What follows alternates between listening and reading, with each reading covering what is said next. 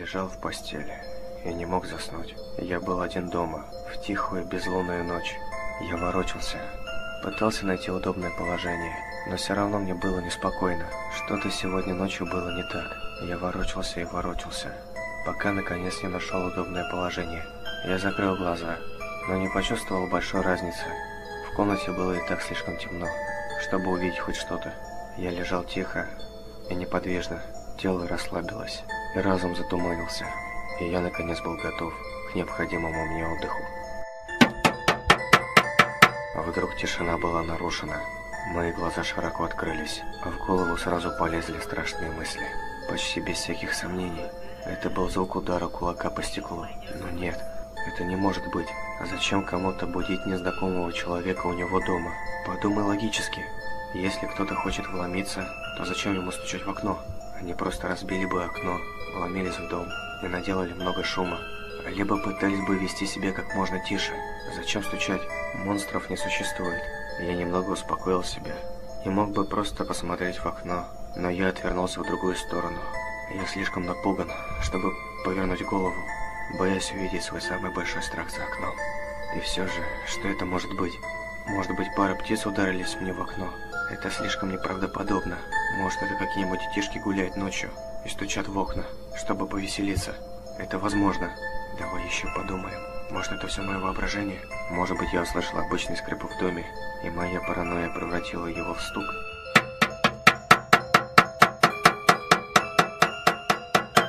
Нет, определенно это не мое воображение. Эти чертовы дети постоянно шалят. Они не сдадутся, пока не получат какой-то реакции. А может быть, какой-нибудь ужасный урод стоит на улице, который только и ждет, когда я выйду, чтобы напасть на меня. Не будь параноиком. Кроме того, он снаружи, а я внутри. Пока я не услышу треск стекла, я знаю, что я в безопасности. Монстров не существует. К тому же, я еще не совсем сюда переехал. Может быть, эти дети поймут, что я крепко сплю, и оставят меня в покое. Нет, это не могут быть дети. Ни один ребенок не будет так долго ждать, только ради того, чтобы разозлить кого-то. Им бы просто стало скучно, и они двинулись бы дальше. Но что это тогда? Почему серийный убийца из всех людей на свете выбрал именно меня? Подумай логически. Монстров не существует. Не будь параноиком. Они снаружи, я внутри. Пока я не услышу треск стекла, я в безопасности. Но если это не монстр и не убийца, тогда кто? Просто притворись, что крепко спишь, и может быть он уйдет. О боже, я не могу не думать об этом стуке. Я ненавижу этот непрекращающийся стук. Пожалуйста, уходи. Оставь меня в покое. Я теряю надежду. Кто бы это ни был, он собирается зайти внутрь и сделать со мной что-нибудь ужасное. Выдохни. Теперь сделай глубокий вдох. Я ощущаю, как сердце выскакивает у меня из груди. Просто расслабься. Монстров не существует. Помни, они снаружи, ты внутри. Пока не услышу треск стекла, я в безопасности. Повторяй это. Не позволяй страху победить себя. Просто делай вид, что спишь. Не шевелись.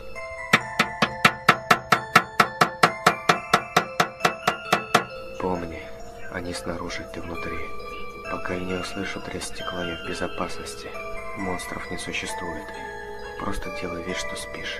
И молись, чтобы это закончилось. Пока не услышу треск стекла, я в безопасности.